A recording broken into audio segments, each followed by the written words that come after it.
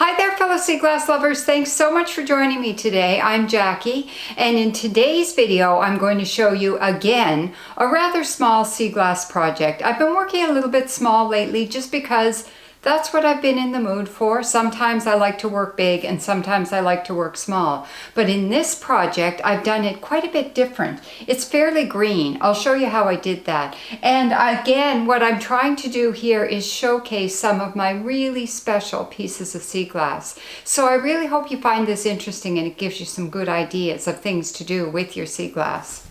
So here's another frame that I got at a thrift shop, and with the intention of recycling the frame. So I cleaned up the frame. It was really dirty. I painted it a nice white, and I got the glass all put in the back.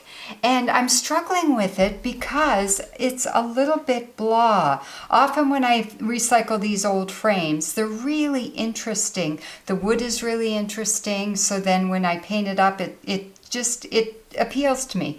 Whereas this one I'm finding boring. So I'm going to try something different. I'm going to go at it with some paint. So I'm much happier with this now. What I did was a really thin coat of the Krylon Sea Glass Seafoam colored spray paint, and it just makes it so much more interesting. It gives it a green tinge, the glass and the frame all together.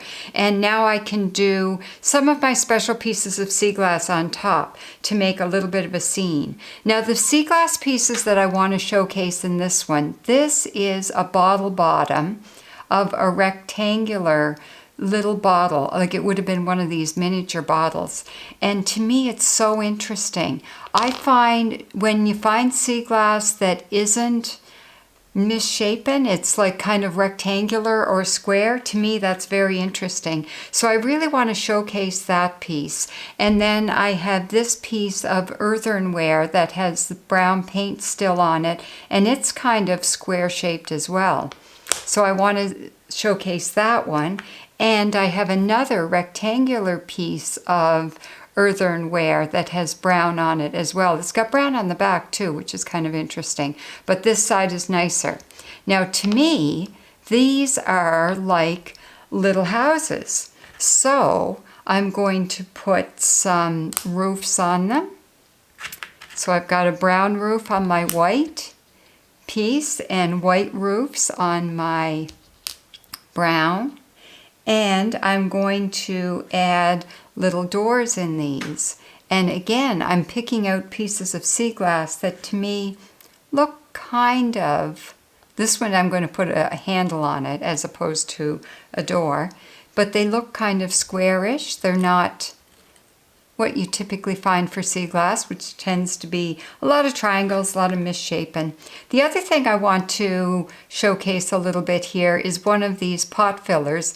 Now this isn't well sea glassed. I found it at the beach, but I don't think it had been in the water too long. But it kind of adds to that brown tone in this piece, which I quite like. And then I'm going to do some grass along the bottom. Now the green is going to get lost a little bit because of the green frame, but at the same time, I'm okay with that because it does add a little bit of grounding to the bottom. So I'm making a tiny little village here, and it's hard to have a village without a person, so I'm going to put an inukshuk in here. And again, using a couple of my square-ish brown pieces for the feet, a rectangular shape for the body, a couple of arms, and a really special piece for the head, which is a piece of pottery that has some really faded paint still on it. So this is going to be my little village, and I'm showcasing some really special pieces. Then just for a little interest, I'm going to add a brown bird flying in the sky, just to kind of balance it out a bit. And I'll glue these all on. I'm using my silicone adhesive caulk. I'm using the Red Devil product. I typically use the Quick Seal, but any silicone adhesive caulk you can find is going to work as long as it's marked clear. So I often switch it up and try different ones. So then I'm just going to go through here, start at one end and go across, gluing with a little bit of the silicone and put it in place. And I'll get all these pieces glued on. So that didn't take me very long. The longest part in doing a little piece like this is picking out what pieces you're going to use, because it's a little bit different than doing a really large mosaic. When you're doing a large mosaic and you've got hundreds and hundreds of pieces of sea glass, if you use a piece that isn't perfect, it's just going to blend in with the rest of them. Whereas in a small piece like this, every single piece of sea glass is noticeable. So make sure that you only use pieces that are well finished and kind of show really nicely, because when a person looks at this, they're going to notice every single piece. Now before you leave this to set, you'll know it's set when all of that white silicone has dried clear.